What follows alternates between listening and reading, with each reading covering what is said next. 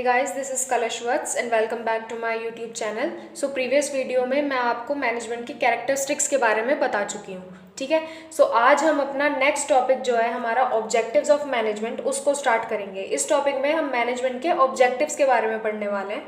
So management के जो objectives हैं उनको 3 कैटेगरीज में डिवाइड करा गया है। First is organisational objective, second is social objectives and third is personal और individual objective.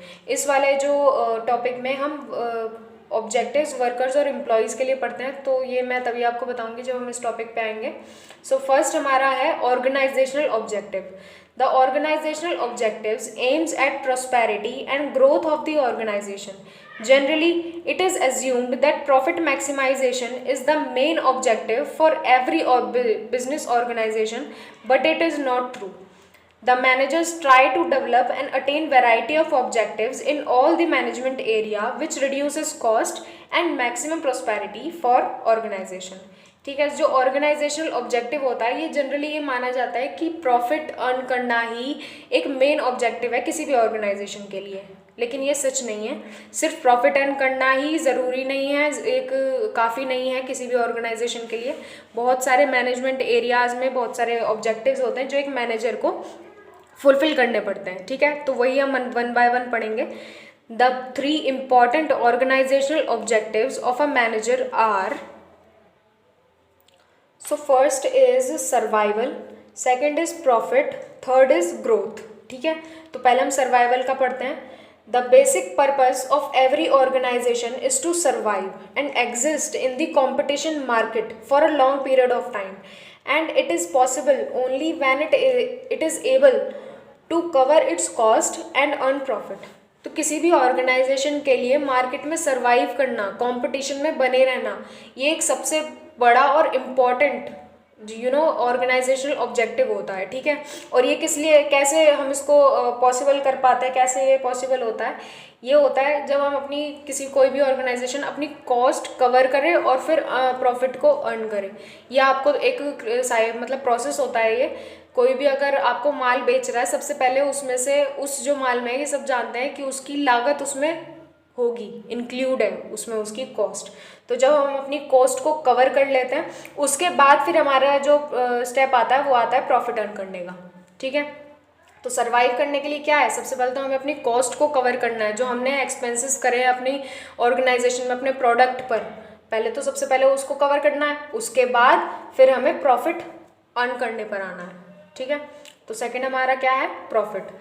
The most important objective of every organization is earning adequate amount of profit. Profit is essential for survival, growth and expansion of business. Profit is the reward given to businessmen for bearing risk. Clear? जो profit है ये एक बहुत ही important objective है। हम सभी जानते हैं ऑर्गेनाइजेशन के लिए प्रॉफिट अर्न करना बहुत ज़्यादा इंपॉर्टेंट होता है। ठीक है, और हर ऑर्गेनाइजेशन चाहती है कि वो एक अच्छा प्रॉफिट अर्न करे। ठीक है, अच्छे से अच्छा प्रॉफिट अर्न करना चाहती है। ठीक है, प्रॉफिट क्यों ज़रूरी है? प्रॉफिट हमारे सर्वाइवल और ग्रोथ के लिए बहुत ज़्यादा ज़रूरी है। टिके रहने के लिए हमें प्रॉफिट अर्न करना कंटिन्यूस ज़रूरी है हमारे लिए। ग्रोथ भी हमारी प्रॉफिट पर ही डिपेंड होती है, और बिजनेस को एक्सपेंड करना, ठीक है, अपनी बिजनेस को आगे बढ़ाना, वो हम कैसे कर सकते हैं?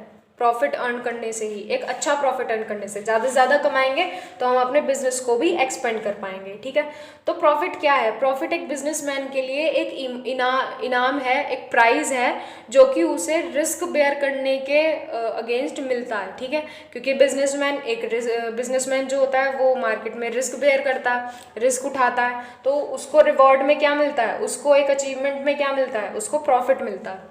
ठीक है, that's why profit is a reward given to businessman for bearing risk. So third हमारा जो ऑर्गेनाइजेशनल ऑब्जेक्टिव है वो है growth. Business organisation must grow and expand their activities. The success of any organisation is measured by the growth rate, and growth is measured in terms of sales, number of branches, number of products, number of employees. जो growth करना होता है वो organisation के लिए बहुत ज़्यादा ज़रूरी होता है, ठीक है। और ग्रोथ करने के लिए ऑर्गेनाइजेशन जो ये सब कुछ एक्टिविटीज़ कर रही है, जो कुछ भी काम कर रही है, वो किस लिए कर रही है? ग्रोथ करने के लिए, ग्रो करने के लिए मार्केट के अंदर, ठीक है। किसी भी ऑर्गेनाइजेशन की सक्सेस हम कैसे मेज़र करते हैं, कैसे हम पता लगाते हैं कि उसकी ऑर्गेनाइजेशन में एक अच्छा सक्सेस हो रहा है, वो हम करते हैं ग्रोथ रेट से, ठीक है। और ग्रोथ हम किस में मेज़र करते हैं?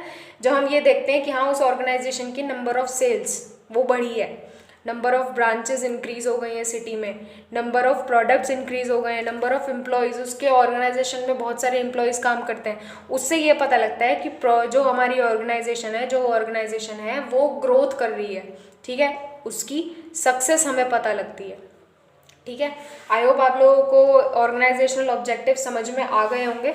सो नेक्स्ट वीडियो में मैं आपको सोशल ऑब्जेक्टिव्स और पर्सनल और इंडिविजुअल ऑब्जेक्टिव्स बताऊंगी।